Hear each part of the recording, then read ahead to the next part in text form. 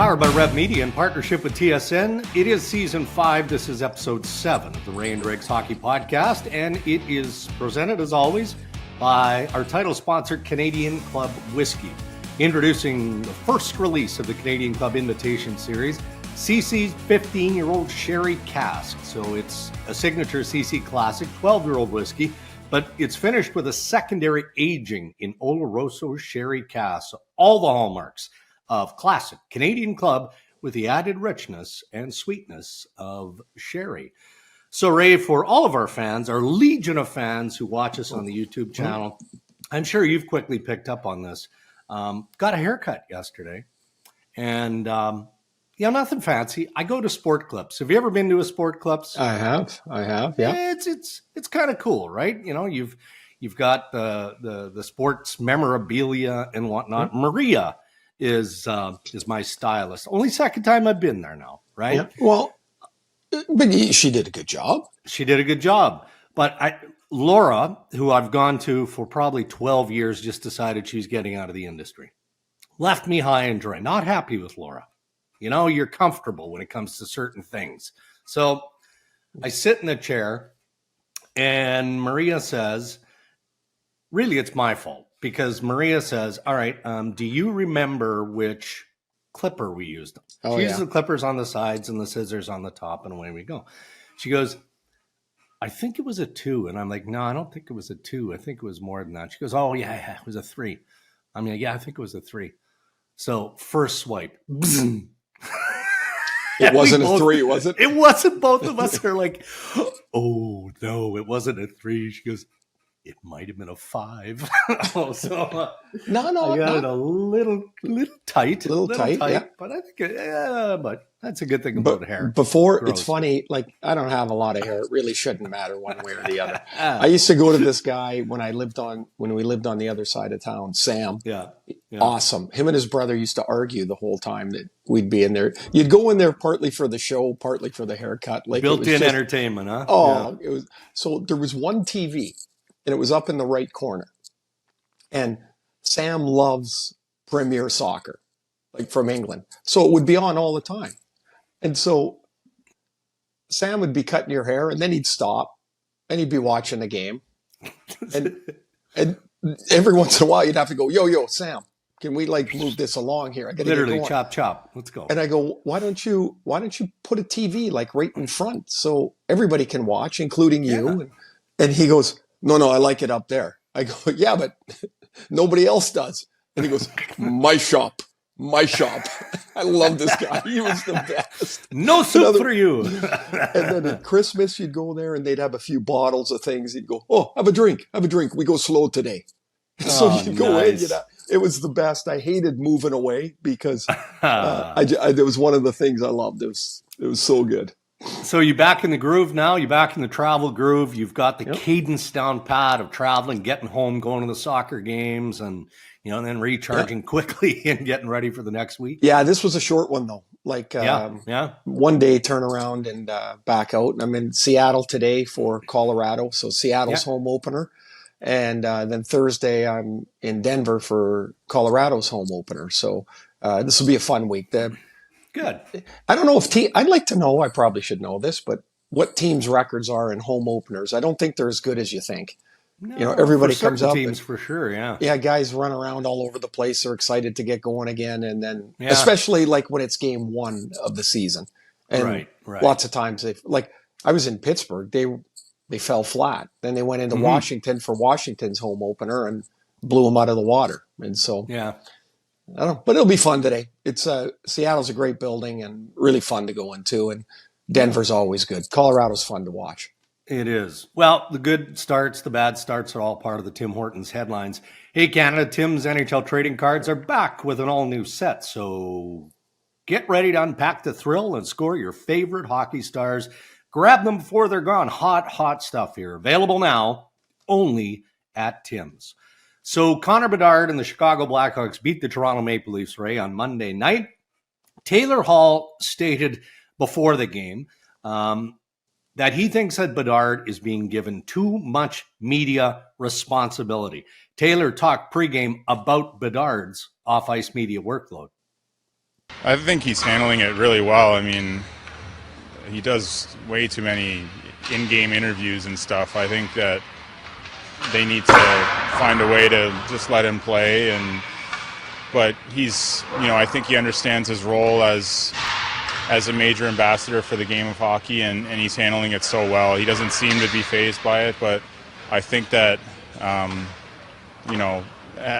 it can be a little much for him at times. He doesn't say that, but it feels like it is.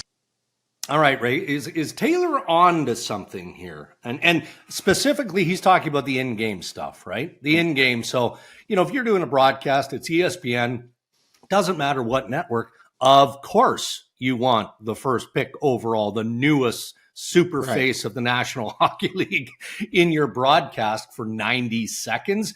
Really, that's what we're talking about. So not to pile on Taylor Hall, but is it a bit of an exaggeration, all of the media responsibilities that go along with the job for Connor Bedard?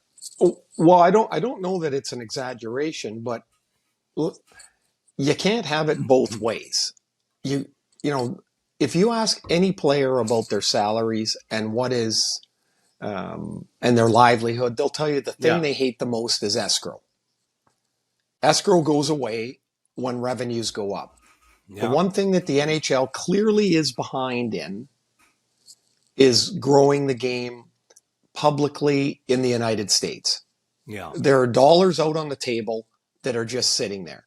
One of the reasons this happens, I think most people would agree, is people don't know the players as well as you might in some other sports.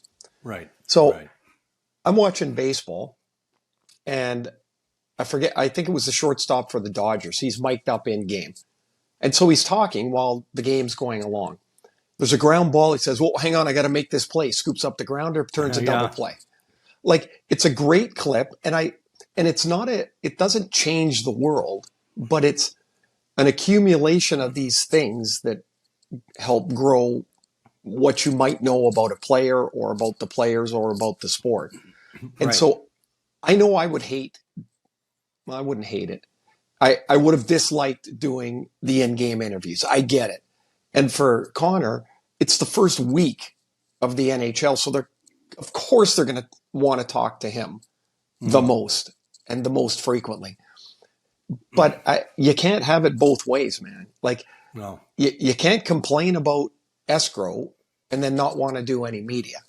Yeah. But part of this, I'm going to lay part of this Dregs on the league's feet too. Mm-hmm. I was in Pittsburgh for Connor's opening game, and of course it was Sidney Crosby and Connor Bedard and 38 stunt doubles. Like, that was really the story, right? Like, that was it. And so they had this little riser. I don't know, it was maybe 6 or 8 inches for Connor to stand on. It's not like he's 6'5". Right. I was 15 feet away. I couldn't see him. Yeah. He should have been on a podium. They should have either taken him to the Penguins podium or built a makeshift one. Yeah. For him. Like, make it easy and tell the reporters, don't leave it open-ended. Mm-hmm. Connor's here for 7 minutes, 9 minutes, whatever the answer is, and have it a closed-ended session. Yeah. And then that's it. So he's in Toronto Sunday. He had a bigger media availability.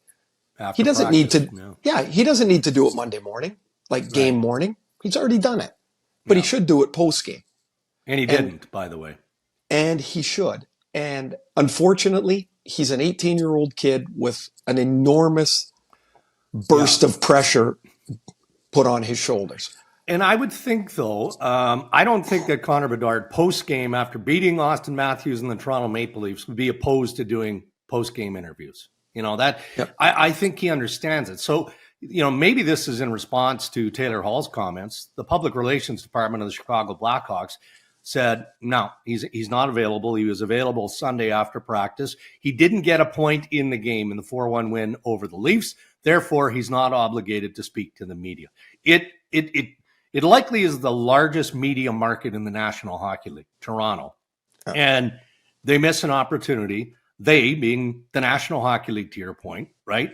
Miss an opportunity here there's no way Bedard wouldn't have had something interesting to say about going head to head with Auston Matthews in this game. No different than he did with Sidney Crosby, and, to this point of his career. So, well, it's if you unfortunate. use that, yeah. But Dregs, if you use that as your guidepost, that means like 35 times this year he's going to be unavailable to the media. I mean, I just made up a number, but 35 times he's not going to be available. Yeah. It's not going to fly. He's different than other players. Yeah. Quite frankly, they don't want to talk the media to most of the players all of the time unless they have an impact on the game. Yeah. And that's just the way it is. Look, we've all seen it. So you can't say it's a concentration thing or it's a pain in the ass thing is what it is.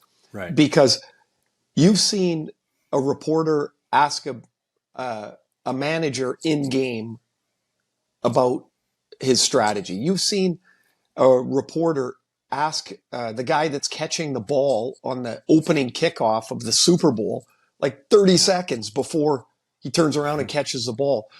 I've seen race car drivers get interviewed as they're in the car getting ready for the flag to go up. Yeah. Like it can be done, but it has to be more organized or as organized as possible. Player agrees, camera's ready, bing, bing, bing, out of there, 90 seconds.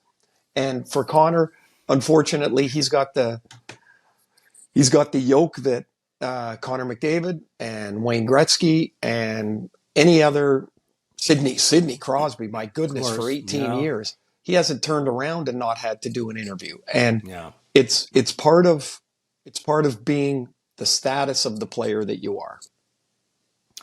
Auston Matthews, back-to-back hat tricks to get the regular season going for the Toronto Maple Leafs, held off the score sheet against the Blackhawks Monday night. Yeah.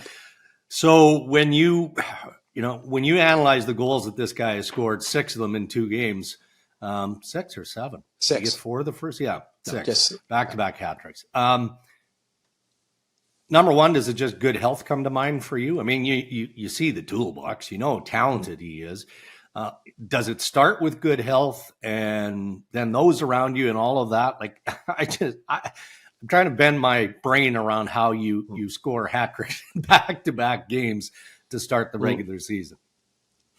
I like to always think that it's more than one thing. Yeah. It's never just one thing. And he looks like he skated really well, like he's skating well. So that's health for sure. They scored 13 goals in the 2 games. So, against Montreal and Minnesota, they're going to score a lot of goals this year anyway, because that's the team they have. And I mean, the back-to-back 3-goal games, of course, is historic. It hadn't been done in 100 years. And, but he's just different. I mean, like, he shoots it better than most. He's stronger than most. He's entering into really the peak of his career. Like, these are I think his peak years. I picked him at the start of the year to win the Rocket Trophy, like the most goals in the league. And certainly the first 3 games hasn't. That's pretty good. Yeah, hasn't made me think that, that's the wrong thing. He's a phenomenal goal scorer. He really is. Every once in a while, the stars align for you and it's your night. And he had a couple of them. I mean, two of the goals, well, one for sure against Montreal was no good. He was right on the goal line and Jake Allen muffed it. But when you score, you get those anyway. And it was an amazing start for him. So you mentioned off the top of the podcast, quick starts for some teams. Some teams are stumbling. There's zero reason across the board, to inflate where a team is based on, a couple 3 wins to start the year. Same thing applies to the teams that have stumbled out of the gate. But, Vegas is a team that's interesting to me, not just because they're the defending Stanley Cup champions, but they seem to be just kind of drifting under the radar, right? Fair or unfair. So they're 3-0 as we record episode 7 of the podcast. Edmonton stumbles with back-to-back losses to the Canucks. We want to talk more about what's going on in Edmonton than we do, an unsurprising start by the defending Stanley Cup champion. So, which is less surprising? The fact that Vegas has started strong. Yeah. Vegas, I mean, they got 19 guys or 18 guys back. They just kind of, it looks like this is an extension of the playoff series of last year. I mean, they just roll out of the gate. Eichel's had a great start. I do think it's really interesting watching them. They're basically, it looks early like they're going to get into some kind of rotation in goal with Aiden Hill and Logan Thompson. And 3 years ago, did you know either of these guys? No. And, so it's really they've both played really well. Thompson got hurt last year a couple times, but they're just kind of rolling along. And then, Edmonton gives up 12 goals in 2 games. Their goaltending's under fire already. Defensively, certainly the first game they took a nap, and they just from got top blown to out. bottom. Right? Yeah, I mean it was it was no good. And in game 2, Casey DeSmith was brilliant, and they had plenty of chances to win, but they're not anywhere close to sync yet. They gave up man advantage breaks in that second game. Sam Lafferty scored on a 2-on-1 that should have never happened. It happened quick. They misread it, and it's early, but it's unsettling to, look, it is early. It's ridiculously early. It is. Yeah. But nobody really wants to get off to a start like this. You'd like to get yourself back to 500 and kind of moving in the right direction as quick as you can. Yeah, well, especially since the majority of those of us who are forced to make these prognostications pick the Edmonton Oilers as the Stanley Cup favorite. Again, but so way too early. So it's not like you're saying, Vancouver's the favorite in the Western Conference because they won 2 games. So but I'd rather be, given the way Vancouver's last year and a bit has gone, I'd rather be 2-0 than 0-2, because if they were 0-2, it would be howling out there. And so a good start is, it's nice. It settles you in. And Edmonton's they got to scramble a little bit to steady themselves. They're totally fine, but they got to steady themselves. Interesting soundbite this week. Florida Panthers head coach Paul Maurice. We know Paul's a friend of the podcast. We have to have him on again in the near future. He's just, you just hit record, talk for 40 minutes, boom, there's your podcast. Terrific stuff. And if you get stuck, just ask him about fishing. And, and then you're solid. Then you got another 30 minutes. You're good to go. Always a great quote, always provides thoughtful answers. Ray, listen to his response when asked about his players making their NHL debuts. A few players have the opportunity to make their NHL debut. What's the biggest key in managing some of the emotions and pressures?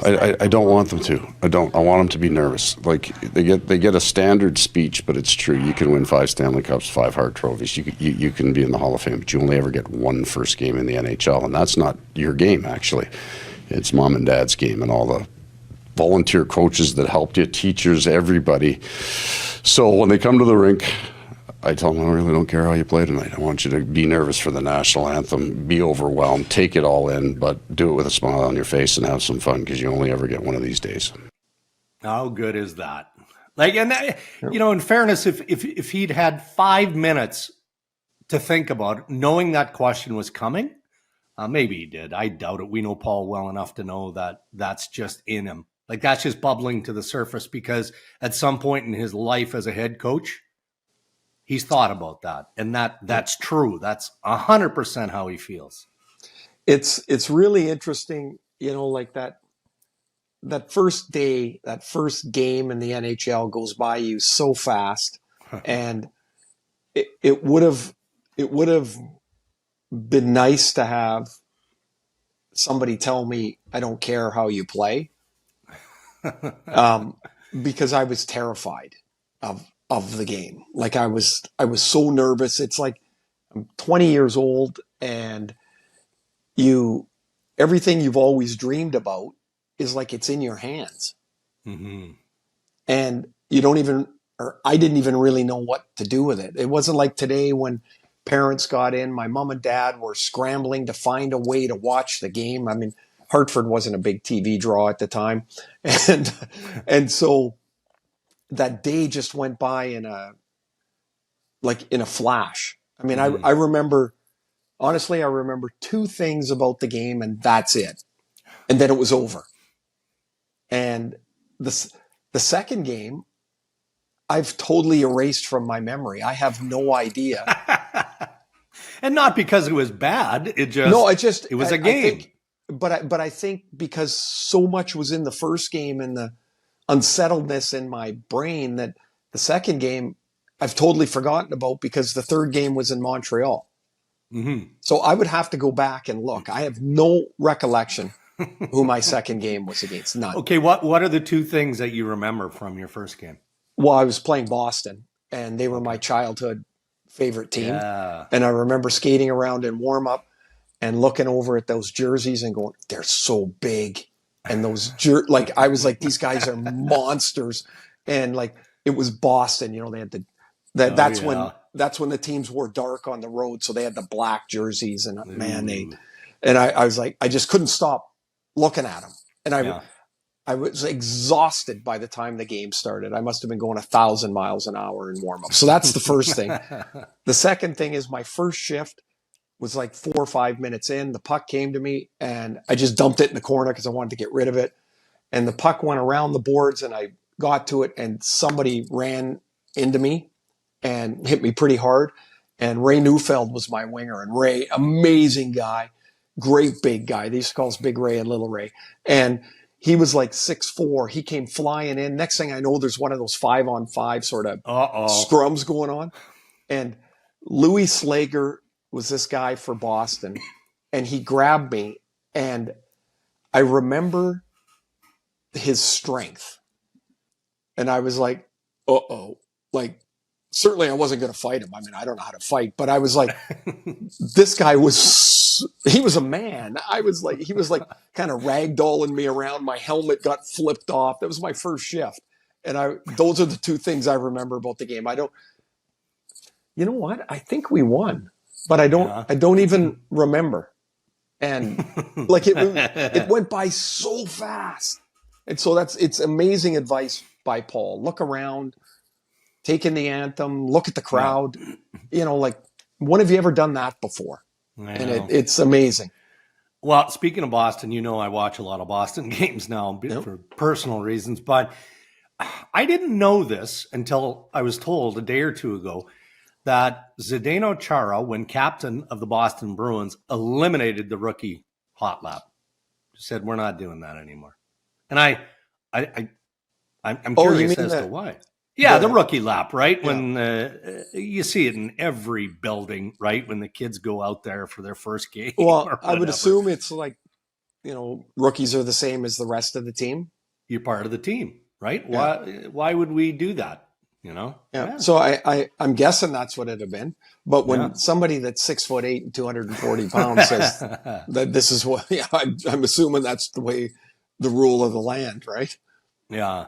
Back to Paul for a moment. 1,769 games as an NHL head coach. Yeah. Third all time behind Barry Trotz, who likely isn't going. Barry Trotz at 1812 likely isn't going up unless there's catastrophic failure in Nashville, and and that's not going to happen. He'll catch Barry, obviously. He'll catch him this year. Barry Trotz, 1,812 games. Scotty Bowman's a bit of a stretch, the all-time leader with 2,141 NHL games coached. So that's a lot of coaching by Paul Maurice. Nobody will ever pass him either. No. Because, I think Paul started in Hartford when he was 28. Yeah, like 95, 96, something like that. Yeah, so like, who's going to have the longevity? And it seems like he's never really been out of it very long. No. Like, he had his one stint at TSN, or maybe it was two, I don't know. But like shortly, and then he had another job, and off he went again. Yeah. So it's amazing. You're right. He's going to be number 2 in pretty short order. Joel Quenneville might catch him if Joel gets reinstated and is allowed to coach again in the National Hockey League, because I believe Paul just went by Joel, like within a game or two. So maybe there's something there. Yeah. All right, buddy, those are your Tim Hortons headlines. Tim's NHL trading cards are back. Unpack the thrill. Score your favorite icons with an all-new set. Get yours before they're gone. Only at Tim's. A reminder that our interviews on Ray and Dregs this season are brought to you by Canadian Club Whiskey, introducing the first release of their Canadian Club Invitation Series. All the hallmarks of classic Canadian Club with the added richness, sweetness of sherry. And we're hopeful in episode 8 that Cole Caulfield of the Montreal Canadiens. He's elusive. He's elusive. That's a perfect word. You know what? Busy guys, right? We had the conversation in the Hortons headlines about Connor Bedard and everything that he's got going on. So maybe Cole Caulfield has a ton of stuff going on as well. But the plan is he will join us in episode 8. Ask Ray and Dregs anything. Each episode, we invite you to send us your questions. You can do it on Twitter and Instagram at Ray and Dregs is our handle, or on the website, rayanddregs.com. Mike Birkinshaw, originally from Richmond Hill, Ontario, Ray, has been based in the UK now for 25 plus years. Big fan of the podcast. He says, nice. How do players select their agents? Apart from the percentage that the agents get, where clearly one might leave you with a bit more money, how does a player decide on one agency over another, or do they have to choose individual agents? And then the follow-up to this, Ray, because you had Stephen Bartlett from what, all of your career? No, I had Alan Eagleson first. Oh, and then when Alan went to jail, I assumed it was time to change agents. So that's what I changed. Well, okay. Answer the first part. So how do players decide on an agency and you went through it with Landon, of course, right? Yeah. So, as a parent, it's maybe you'd have some influence into that process, especially one who played in the NHL. Well, it's really interesting because most agents that work with the bigger companies, they have local sub-agents, if you will. Right. Yeah. And they're the people that make the connection. The junior, the players are in junior, and so the agent has people work for him, and they're the ones that make the initial connection. Yeah. Players start getting identified that they're going to be draftable at 15 or so, and you start talking to the local connection, and then they eventually make, if you like them, it's basically feel. It's you like talking to them, you like, they put a lot of time in building a relationship, and really that's what it is most of the time. Now, if you have an agent that's not affiliated with one of the bigger groups, they do it all themselves. So their clients tend to be from the local area that they live in, because it would be tough for an agent from Calgary to have a junior player that they make a connection to that lives in Barrie, Ontario. Like, how would you ever meet them? So that's really how you select. It's a connection. It's a relationship that's built. And then if it's with a bigger group, the headstone agent is the one that kind of does most of the negotiation. Okay, well, you pretty much answered this, but, Mike asks, are there agents that you met, Ray, that you walked away from thinking, well, that's an easy no? And you don't have to mention names here, obviously. Yeah, but maybe for sure. It was your early process, and right? Yeah. You know what? For sure, because you don't have a feel for them. Now, when I mean, to talk about the naivety of me and my family, I went to Portland when I went to major junior hockey. I was playing in Penticton in the BC Junior League. Yeah. Then I went to Portland, and I was already drafted. I got drafted out of Tier 2 out of Penticton. And I remember we had a dinner, and there was like 7 or 8 guys, and Eagleson was there. Next thing I knew, he was my agent. Like, I never even talked to anybody else. He was just my agent. And I can't even really recall. Like, was that through mom and dad or? No, it was through the ownership in the Winterhawks. Okay. Oh, okay. And all right. I mean, I remember not having really any discussions whatsoever. None, zero. It would never happen today. No. And then when he went away, I was in Hartford, and Kevin Dineen had started using Steve Bartlett as his agent because Kevin's brother was playing in Rochester in the American League.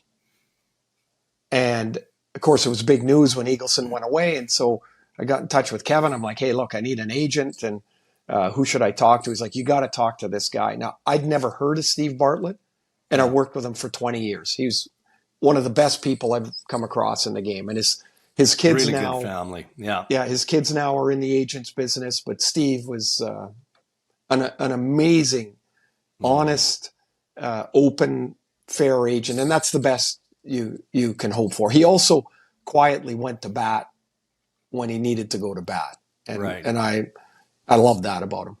Yeah, you're not one that wants to be flaunted through the headlines and all that, and get your business done as quietly, as professionally as you can. Yeah, not the Bartlett style. Okay, thanks for the question, Mike. That was terrific. Ryan White on Instagram. Ray, name a player who, in your opinion, plays most like their dad did. And then we'll follow it up with the opposite, as well as a player who you find it hard to believe that their dad is that guy. Well, I can go with the opposite first. I mean, it's Max Domi. Yeah. Right? Like, for Max, the puck is his friend, and for Ty, he used his hands for evil, right? Like that's an easy one. It's most similar to their dad. Wow. I'm going to give you one that's not in the league yet, and that's Yannick Perreault and his son.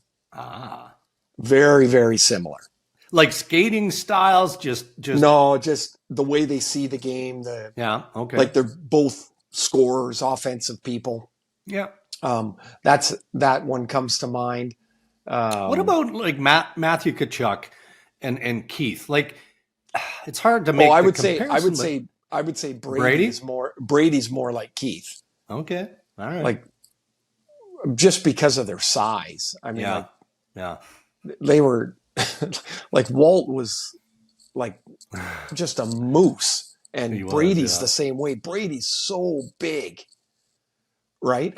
I know this is a great question, and I'm fumbling the ball here because no, it's a good question. No, there's so many that should come to mind, and they're not. I'm going to come back to this maybe in the next podcast and answer this better, because there's a half a dozen that should really pop out. Give it some thought. It is a good question. It is, because there are a number of players who have fathers who had good careers, played in the National Hockey League in some capacity. You mentioned Ty. I don't know if you've seen this soundbite recently. I mean, there's a million of them, but you don't often anymore see Ty Domi soundbites, but it's an in-game soundbite. He's with the Winnipeg Jets. I don't know who Winnipeg is playing, but I just saw it on Instagram or whatever. No, Ty is standing up on the bench, yelling at the other bench. And he said, "You guys, how do you get? I'm going to kill every one of you." It's just so typical of Ty. He was man. He was a force, boy, when he would like zero fear of anything. He was one of the guys. He kind of make you nervous, because if you got into his zone and he was having a bad night, you might take one right off the side of the nose just because you're standing there. Right? That did happen one or two times over his career. Thank you, Ryan. Thanks, Mike. Ask Ray and Dregs anything. Again, you can send us your questions on Twitter and Instagram at Ray and Dregs, or on the website, rayanddregs.com. So another game for you. What's the rest of the week looking like, Ray? Just game today in Seattle. Seattle's scored. Seattle last year was 4th in the league in goals. Mm-hmm. And they've got 1 in 3 games right now. It's funny, cool stuff you pick up in the research, but last year they had 10 guys that had career highs, and that doesn't count Matty Beniers, who of course was a rookie last year. They had 10 guys have career high in goals. Yeah. That's not happening again. No. And so I think the potential for a step back for Seattle is in their offense. Okay. And so I think, and they made the playoffs like as the number 8 seed, second wild card. Right. I have them as one of my teams that's in a little tough this year, only because it's really hard to duplicate a career year. Yeah. Have you done any poking around? Maybe you will later today. I'm curious of what Seattle is thinking developmentally of Shane Wright. He's in Coachella now in the American League, which he's got to play games, Dregs, man. Yeah. That kid, since the year before he was drafted with COVID and stuff, he has just not played a lot of hockey. I don't know, and I will ask when I get there, but I would think the plan is don't look at what we're doing here in Seattle. You play for Coachella. Yeah. Play there. Don't look up. Look at where your feet are. And you need games. You need to play. Yeah, but the media looks at it and says, this kid was drafted 4th overall. Shouldn't he be an NHL player by now? Well, all things being equal, sure, but he's not. And quite frankly, the team should never look at what we're saying. Like they should. Why would they care? Yeah. Like Ron Francis doesn't care what we think. We know this. Yeah, like I mean, like every player is different. You can't look at 18-year-old somewhere else or 19-year-old and say, well, because that guy's playing, my guy should be. It doesn't. It just does not work that way. As much as the narrative is that that's what it is, because it just isn't. He needs to play. By the way, I just thought of a player. Go ahead. Connor Murphy and Gord Murphy. I played with Gord. Oh my God, they look the same. They play the same. They're the same hand. The only thing that Connor does not have is Gord could make a backhand flip out of his zone. And we were in our zone a lot in Atlanta. Yeah. And he could airmail that thing like a punt. And he says, oh yeah, career saver. He used to call it. But him and Connor, they look the same. They play the same. I was just scrolling through teams and I got to Chicago. Excellent. And I was like, oh yeah, that's one for sure. Jake Chickern, Jeff Chickern, not so much. Well, I mean, I think no, not bad. Jake shoots the puck like a more offensive, I would think. So we're going to continue this though. We're going to go on. We're going to go on this for sure. You got to come up with either for the next episode or next week, whenever. What do you think is a fair number? Well, it'll take me 10 minutes because I need to go through each of the teams. Yeah. And start looking at the rosters and go, oh yeah, because there's guys I'm clearly forgetting here. Right. Let's do that. Let's do that. We'll have some fun with that in the next episode. We'll pick 4 or 5 players and their dads and have some fun with that. And then we'll send that soundbite to Dad, especially. We'll send it to Ty because you kind of made fun of him there. Oh, I didn't make fun of him. I was like, he does not handle the puck. Well, yeah, I guess I did. He doesn't handle the puck like Max does. That's for sure. And do you think he's going to debate that? He's not a chance. He's too busy hobnobbing with all the rich and famous people of the world. He's not worrying about the Ray and Dregs podcast. All right, buddy. Get him on here to tell stories. You think so? That guy's got some stories. I don't know if we could air some of those stories. We like to, you know what? Out of respect to our sponsors, Tim Hortons, Canadian Club Whiskey, we keep it between the lines. No, but he's got like guys he fought or guys that almost fought or whatever. And Ty had a couple of years where he had some decent offensive numbers. Guaranteed he's got some stuff he could talk about in this space. We should bring Heels on with Ty because Heels is relentless on Ty. Like, so as soon as Ty retired, soon after, he got his teeth fixed, capped, whatever.